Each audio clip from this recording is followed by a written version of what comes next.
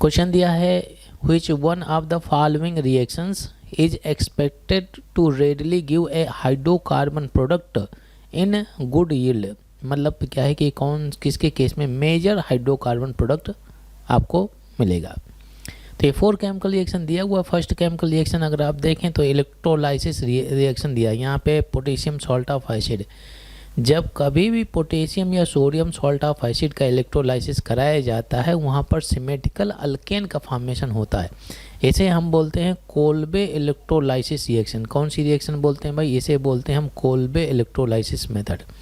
Kolbe electrolysis ये method बहुत ही अच्छा माना जाता है for the production of symmetrical alkane. ठीक है, सिमेट्रिकल अल्केन आप यहाँ से बना सकते हैं। अब रिएक्शन कैसे होती है?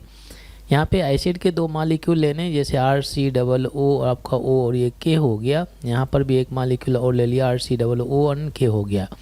जब वाटर के प्रेजेंस में हम इलेक्ट्रोलाइसिस कराएंगे, सॉल्ट को वाटर में डाला जाएगा तो H+OH- साइन टूटेगा, ये आपका बनेगा ये वाटर। और ये reaction in general decarboxylation reaction होती है। आप इसको यहाँ से कट करिए, इसको आप यहाँ से कट करिए तो एक CO2 मॉलिक्यूल ये निकल गया, एक CO2 मॉलिक्यूल आपका ये रिमूव हो गया। तो कितना CO2 मॉलिक्यूल आपने रिमूव किया? 2 CO2 प्लस ये दोनों एल्काइल ग्रुप क्या हो जाते हैं? अटैच हो जाते हैं। तो बोलिए सिमेट्रिकल अल्केन मिला नहीं मिला? सिमेट्रिकल अल्केन मिल गया।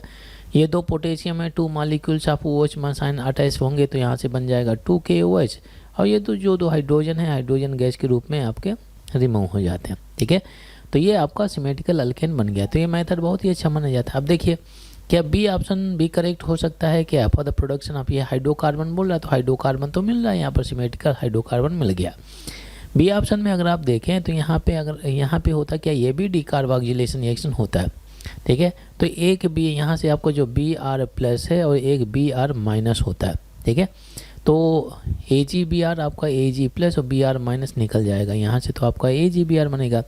ये भी डीकार्बोक्सिलेशन रिएक्शन होती है तो यहाँ से आप CO2 निकाल दीजिए, CO2 निकल गया। अब यहाँ पे एक Br बचा है, ये एक आपका एल्काइल ग्रुप बचा हुआ है, इसे RBr लिख देते हैं। यहाँ पे कहीं हाइड्रोकार्बन मिला क्या? बिल्कुल नहीं।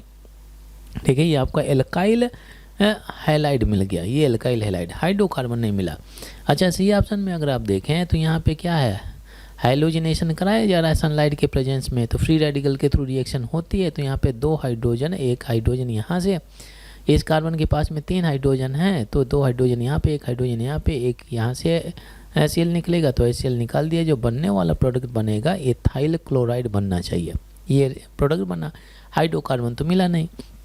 अच्छा, इसके केस में अगर आप देखें थर्ड डिग्री ऑफ दिया हुआ है आपका, थर्ड डिग्री ऑफ हैलाइड दिया हुआ है, थर्ड डिग्री आपका Cl, और ये Cl आसानी से रिमूव किया जा सकता है। ये C2H5 और OH दिया, यहाँ से ब्रेक होगा तो ये नेगेटिव चार्ज होगा, ये स्ट्रॉन्ग बेस की तरह आपका वर्क करेगा। तो ये क्या करेगा? एलिमिनेशन रिएक्शन कॉज करेगा। तो ये अल्फा कार्बन से क्या करेंगे? Cl निकालेंगे, ये बीटा कार्बन इसके रिस्पेक्ट में, ये भी बीटा कार्बन, ये भी बीटा कार्बन, तो अल्कीन बन जाएगा। CH3 और ये डबल बॉन्ड CH2 कर लेंगे और ये आपका CH3 हो गया, HCl निकल जाएगा यहाँ से।